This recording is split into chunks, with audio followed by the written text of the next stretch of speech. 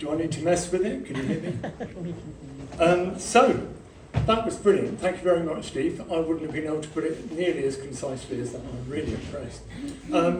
We are now going to change the dynamic of the evening a little. One of the things Steve said is that we want to make a difference to the town, and we want things that show a legacy. And money always helps to do that, I have to say. But it is possible to do that on very little and just use your time.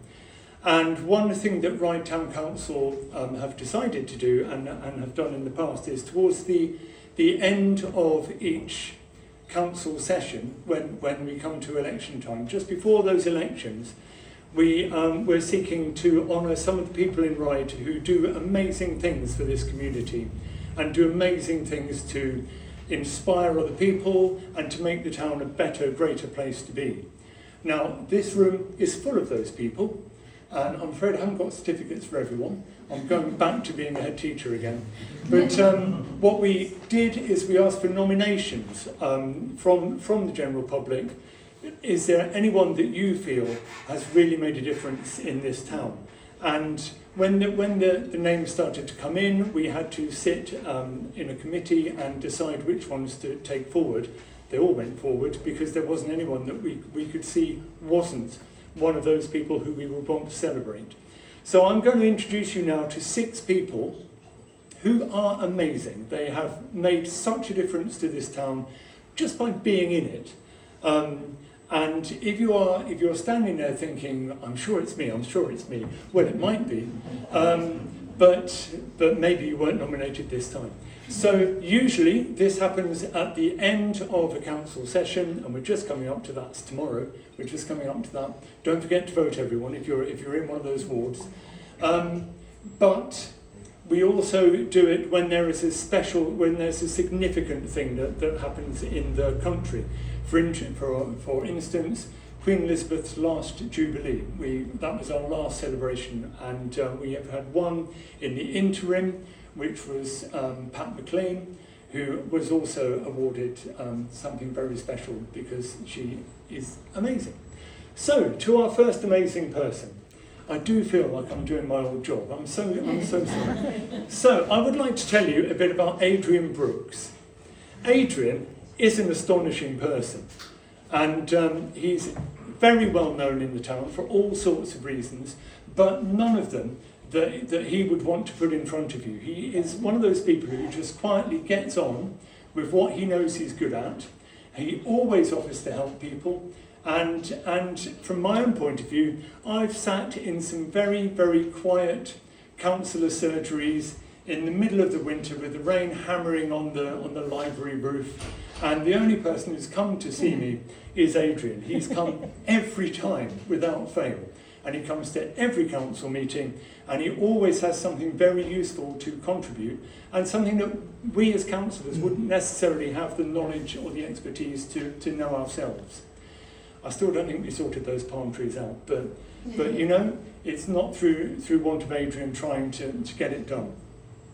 So he has been an exceptional volunteer in Ryde. He's maintained gardens in Vernon Square for the Conservation Society. He's an absolute core member of the group that works in the Ribolo Community Garden. I know it's something we're not meant to talk about out loud. We are there on borrowed time, but that hasn't stopped the work going on because the people who do it are inspired by Adrian, and they want it to be as good as it can be for as long as it can be. We don't know what the future is for that land, but at the moment it's gorgeous. It's just brilliant down there. He has really helped out with offering advice. He's worked for years as a landscape gardener and has fairly recently retired, but you wouldn't know to look at the verve and determination he brings to those tools. He's also very active in the Historic Ryde Society. He's supported local heritage really well and is very, very passionate about it. And I know he helps out with DIY and maintenance in the museum and generally, I think, in the arcade. Yeah, John's nodding, so I've got that right. It's fantastic to see someone doing it so selflessly. He's hardworking, always ready to help, never seeks praise, but I'm going to give it to him anyway, because he deserves it. His quiet determination has strengthened our community, And this is a really, truly well-deserved honour to be able to give. So Adrian Brooks, would you like to come on?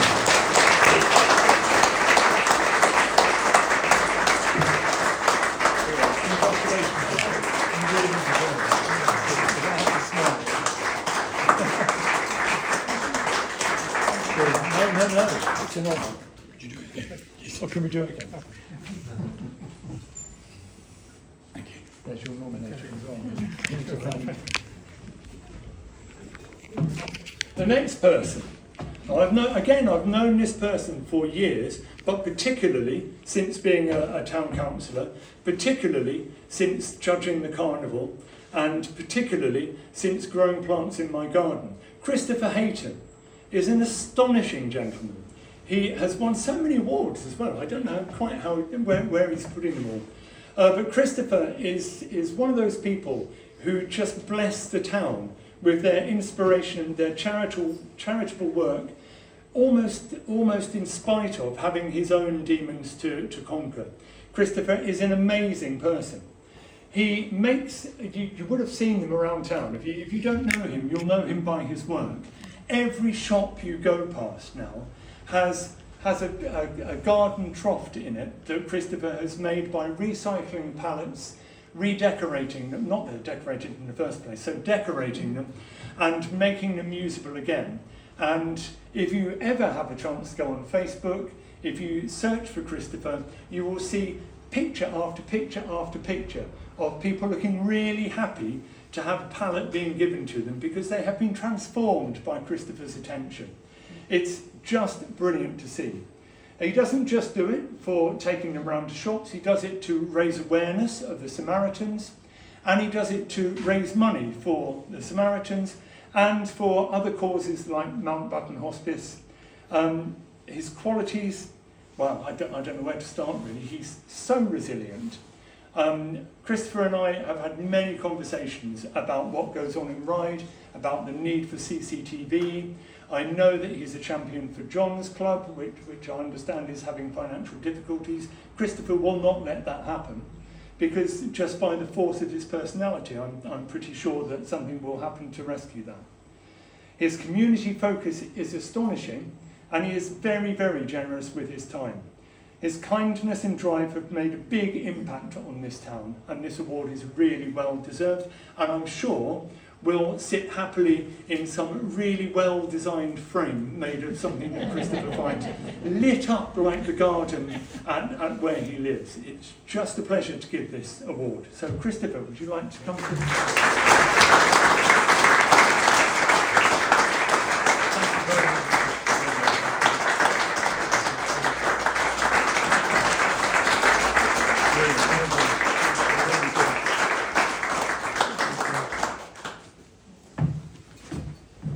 Okay, next, Noel Hillier.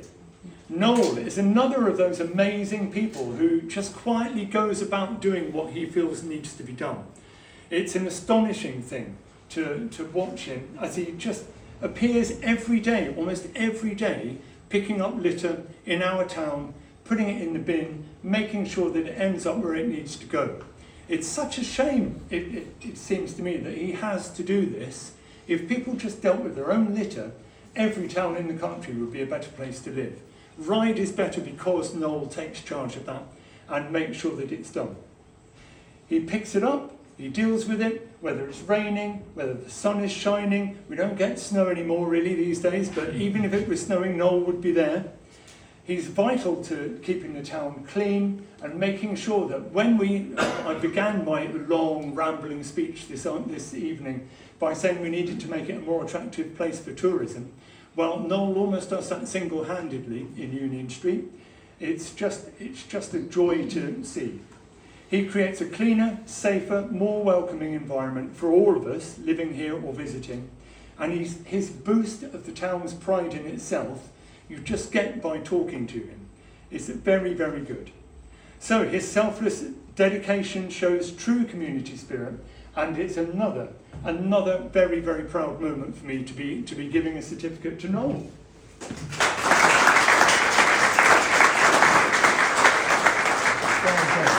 Really, really good.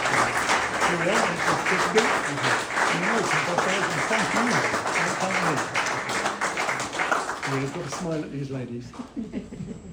It's always a pleasure. No, thank you, Noel. Okay, so moving swiftly on to Colin Webb. So this is someone who I didn't know before this process, because angling isn't something that it feels ridiculous for me to be standing up here on an island surrounded by sea, filled with fish, to be able to stand up here and say, I've never held a fishing rod in my life, which is maybe something we can fix. Never been on a yacht either. Colin Webb, for 25 years, has promoted responsible angling. The thing that is nearest to my heart is that he's done this particularly with young people in the town. And the thing that's even better than that is that young people do eventually grow up. I'm standing testament to that. They eventually grow up, and then they introduce their children to doing it, and they come as a family to Colin's activities, and especially to Fishing Frenzy on Ryde Pier. It's such a good thing. It teaches young anglers about fishing, not just about catching the fish, but then being responsible for what you do to the fish, not torturing fish and all that kind of thing. Colin teaches that responsibility really well. He organises the event, securing funding from Whitelink, which is no mean feat, to make sure that the sponsorship is in place. He provides all the food, all the prizes for the families. He works with schools and angling trusts to include angling in education, which is just brilliant. Some of my top pupils are those that have gone on to win awards angling, and some of my proudest stuff when I used to do this in front of 420 small children was to give certificates or celebrate certificates from angling. It's amazing the size of some of those things that come out of the Solent. It's astonishing. If you're doing murals, Laura, to celebrate what gets caught, don't listen to this bit. It all goes back. It's all fine. 2,500 plus children have been introduced to responsible angling through Colin's work. And that is astonishing. And as I've said, past participants, once you start, you never stop. And they've been introducing their children, their families to it. So it truly is a lasting legacy. So for Colin's commitment, it's shaped generations and fish. And this recognition, again, is truly deserved. So Colin, come on up.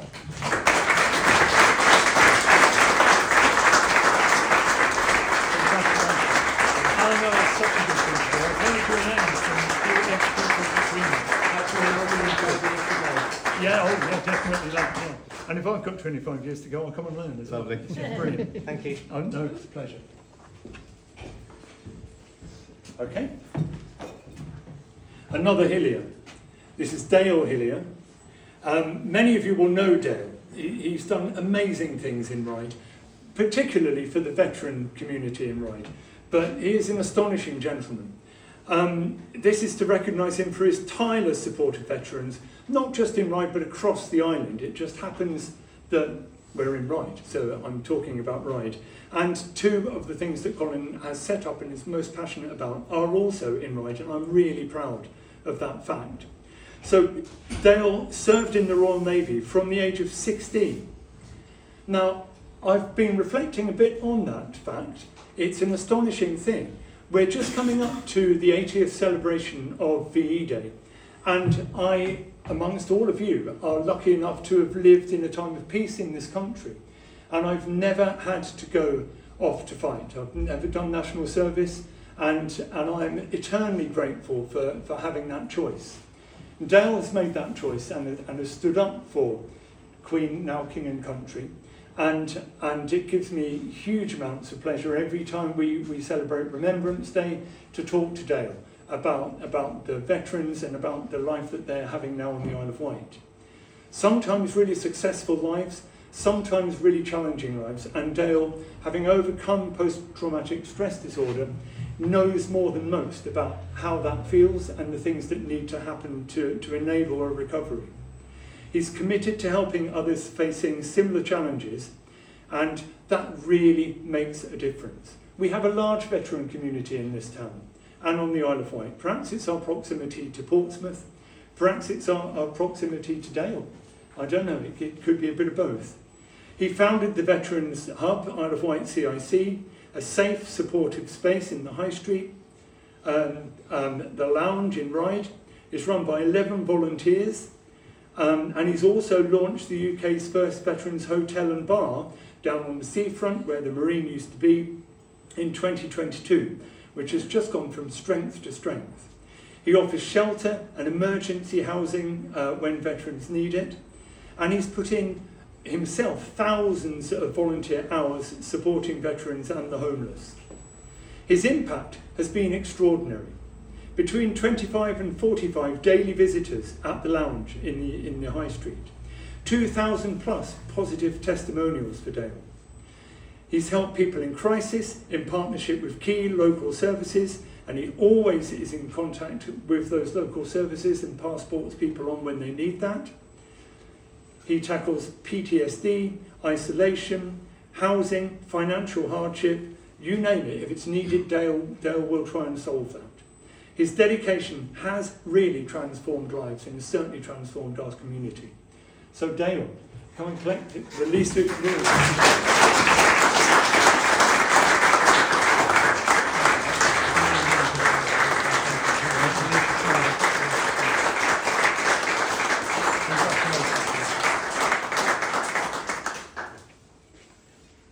Last but not least, and I don't know whether Zachary is here. Oh, he is. Oh, he's at the back. Brilliant. I didn't notice him. That's the first time Zach's been in a room and I haven't noticed him for over 20 years. So, Zachary Lacey. This makes me a bit emotional because I've known Zach for quite a long time, and to see this is just astonishing. So we're honouring Zachary for excellence in swimming and inspiring others as a role model. And he is a true role model. I didn't think he'd make it today because he was in a different part of the country raising money so that not just Zachary but his entire team are able to compete and to carry on doing what they do best, which is to swim. So Zachary is the Team GB swimmer at the 2024 World Down Syndrome Championships that were in Turkey. He retained his 200 metre T21 butterfly title. 3 years running he's managed to do that, and this year he set a new record. He's the British champion in his category. He lives in Ryde. It's difficult to imagine this, really. He's been named one of the top Isle of Wight sports stars in 2024, amongst people who I can only dream of being in the same room with.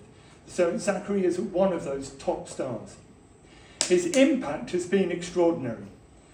His sport has really benefited from his determination and his resilience, and he is a symbol of that. If you ever see him competing, you will know it because of his determination, and he will always win.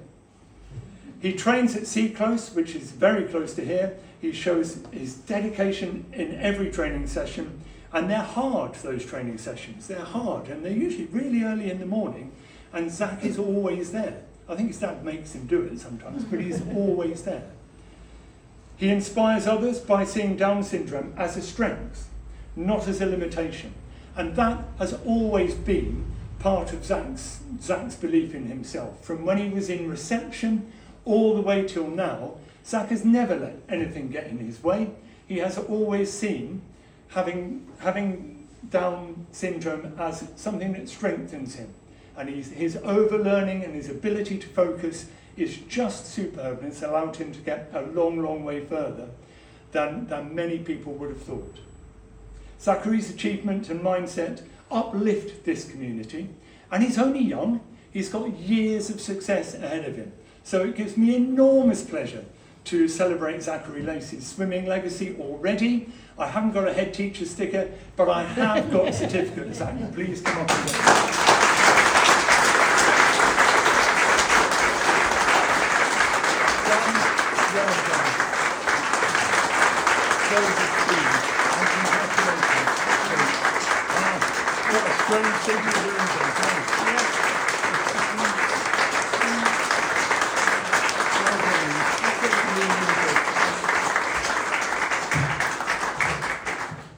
So, I'm glad we finished on a high. That ends our town meeting for this year, the formal part of it at least.